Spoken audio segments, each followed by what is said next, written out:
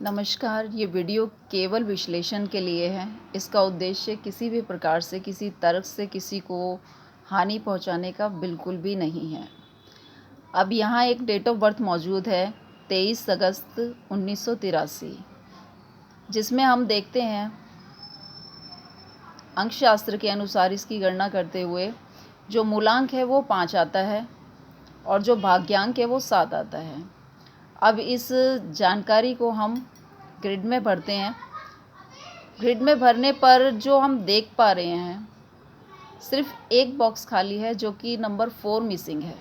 Number 4 Rahu का number है। दूसरे कहीं ना कहीं ये ग्रोथ का नंबर भी माना जाता है। लेकिन एक चीज़ और भी देखने को है कि यहाँ सिंगल डिजिट में है, जैसे 9 सिंगल 9 है।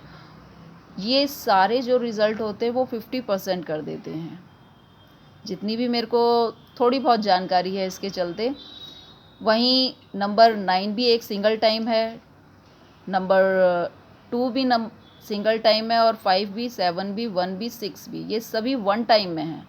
लेकिन नंबर 3 और नंबर 8 डबल टाइम में है। तो सबसे ज़्यादा रिज़ल्ट हैं वो गुरु और शनि के पास है। अब थोड़ी जानकारी के लिए ये भी कह सकते हैं कि जो भाग्यांक होता है, भाग्य का जो अंक होता है, वो हमारा ड्राइवर नंबर होता है। यानी जो उद्देश्य है वो 7 दर्शाता है। भाग्यांक 7 है कि कहीं ना कहीं जो हमारा डायरेक्शन है वो केतु निर्धारित करता है।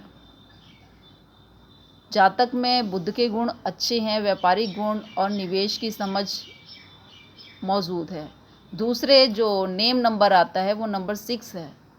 नंबर 6 यानी मित्रता भी कह सकते हैं, और शुक्र है तो किसी भी प्रकार से आकर्षित करने का एक विशेष गुण प्राप्त हो जाता है शुक्र के चलते।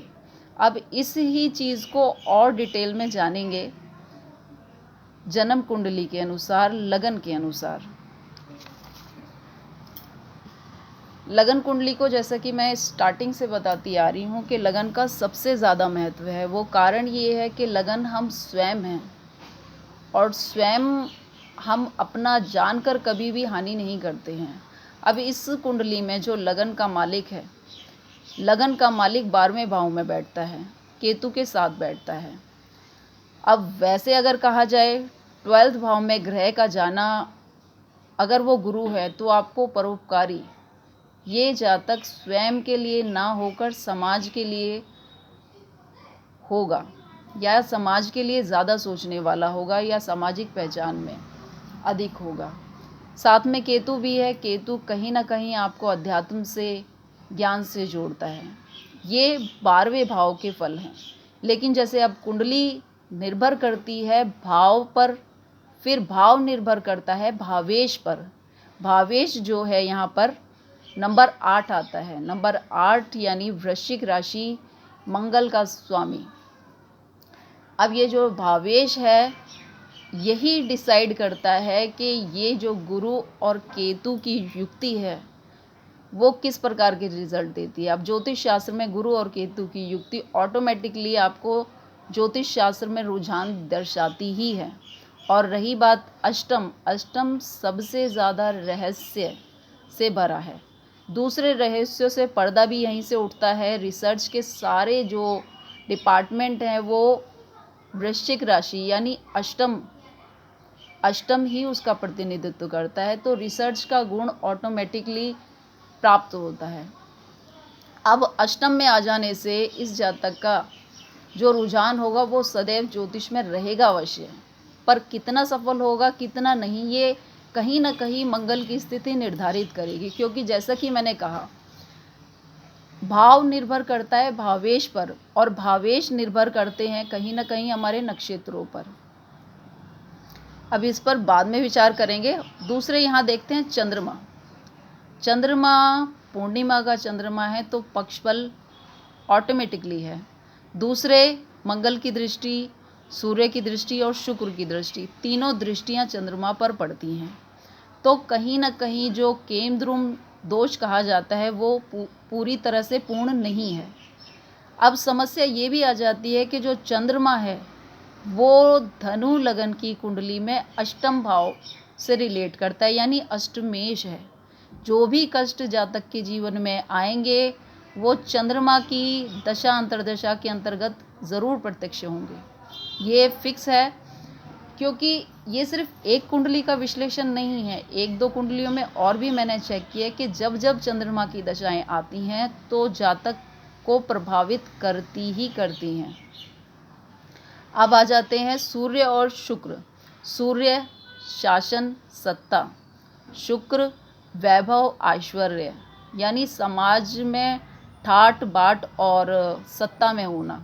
लेकिन एक चीज़ जो आ जाती है कि ये जो खाना है वो धर्म का है, तो ये जातक धर्म के प्रति कुछ हद तक कट्टर भी होंगे, धार्मिक प्रवृत्ति के होंगे, अपने जीवन में बहुत ऊंचे दर्जे की धार्मिक यात्राएं भी करेंगे। एक कारण और भी है, क्योंकि ये जो दोनों ग्रह हैं वो हमारे महानक्षत्र में आते हैं। महानक्षत्र जो कि केतु का नक्षत्र है। केतु का स्वभाव सूर्य और शुक्र दोनों से बिल्कुल विपरीत है। जहाँ पर ये सत्ता और वैभव चाहते हैं वहीं पर केतु का स्वभाव एकदम अलगाव है इनसे, एकांतवाद अध्यात्मवाद की ओर बढ़ने वाला। अब यहाँ पर देखते हैं जो शुक्र है, सूर्य तो स्वराशि का हो गया, दूसरे लगन के भी गुण का पता चल गया, लेकिन लग्नेश जो है स्थान हानि करता है और दृष्टि में वृद्धि करता है। दृष्टि के चलते चतुर्थ भाव पर गुरु की पहली दृष्टि, लेकिन गुरु जहाँ जहाँ दृष्टि डालते हैं वहाँ केतु की भी दृष्टि साथ में ही रहेगी। अब जातक के हृदय में गुरु का वास है, यानी ज्ञान भी है और जन कल्याण का भाव भी है, लेकिन केतु का आ जाना कुछ हद तक दुविधा और कंफ्यूज पैदा करता है। वहीं पर बुध की भी सातवीं दृष्टि इस पर आती है। तो ये जो चतुर्थ भाव है हमारे विचार, हमारे हृदय का भाव है, यानी जो भी हम विचार व्यक्त करते हैं कहीं ना कहीं हमारे हृदय से जुड़े आते हैं। अब ये हृदय में कितना बल है, कितनी क्षमता है, तो गुरु का ज्ञान मौजूद है, लेकिन थोड़ा कन्फ्यूज़न भी मौजूद है केतु के कारण। बुध की नॉलेज भी है, लेकिन फिर भी थोड़ा सा कंफ्यूज होने के कारण थोड़ी दुविधा ज़रूर आती है। अब यहाँ शुक्र की स्थिति देखते हैं। जो शुक्र आता है, शुक्र की पहली राशि वृषभ राशि में राहु है, दूसरे तुला राशि में शनि मौजूद है। वहीं शुक्र जो है छठे और 11वें भाव का मालिक बन के नवम भाव में बैठता है। धनु कुंडली में शुक्र शत्रु ग्रह भी है, लेकिन उतना शत्रु नहीं कहा जाएगा क्योंकि ये सूर्य के साथ भी है। तो जो सूर्य के साथ सूर्य के गुण भी हैं, जातक के जीवन में महिलाओं का भी विशेष भूमिका रहेगी कि कोई भी साधारण महिला नहीं होंगी। जो भी होंगी हो सकता है सूर्य के गुण वाली हों और हो सकता है राहु के गुण वाली हों। जैसे कि सूर्य एक सात्विक गुणों का है, वहीं राहु जो है एक तामसिक प्रवृत्ति दर्शाता है। शनि तामसिक भी हो सकता है और कहीं ना कहीं जो मूड गुण है शनि का अध्यात्म, शनि को 12th भाव का कारक कहा जाता है। कारक अर्थात जो सबसे प्लस पॉइंट है शनि का गुण है धैर्य और अध्यात्म। तो जीवन में बहुत उतार चढ़ाव देखने को मिलेंगे ही मिलेंगे, क्योंकि कारण ये है कि सूर्य और शुक्र का साथ हो जाना, फेम भी मिलेगा लेकिन ब्लेम भी मिलेगा। कारण राहु और शनि। अब आती है बात स्वभाव से रिलेटेड। कोई भी कुंडली हमारी प्रवृत्तियों पर बहुत निर्भर करती है कि हमारी प्रवृत्ति राजसिक है, तामसिक है या फिर सात्विक है। राजसिक का अर्थ केवल इतना है कि अपने गुणों पर कहीं ना कहीं अहंकार होना, यानी अपनी सत्ता का थोड़ा सा नशा होना।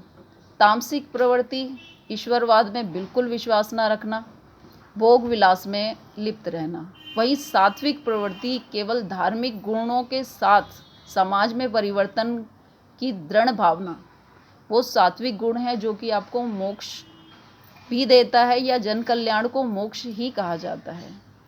धन्यवाद। किसी भी त्रुटि के लिए क्षमा चाहूँगी।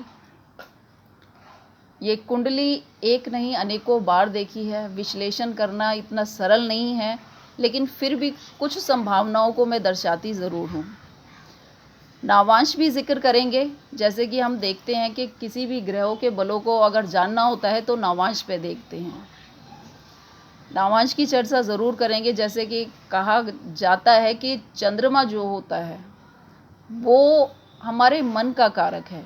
मन को जो बल मिलना है वो किस प्रकार का है। जैसे कि मैंने कहा कि पूर्णिमा का चंद्र है तो बहुत ही आशावादी व्यक्तित्व है, बहुत ही कल्याण भाव के साथ है, लेकिन कहीं ना कहीं जब हम देखते हैं नवांश में जो है वो अष्टम में आ जाता है। लगन कुंडली में मंगल नीच का है, नावांश कुंडली में चंद्रमा नीच का है, तो ये बहुत ज़्यादा प्रभावी रहते हैं।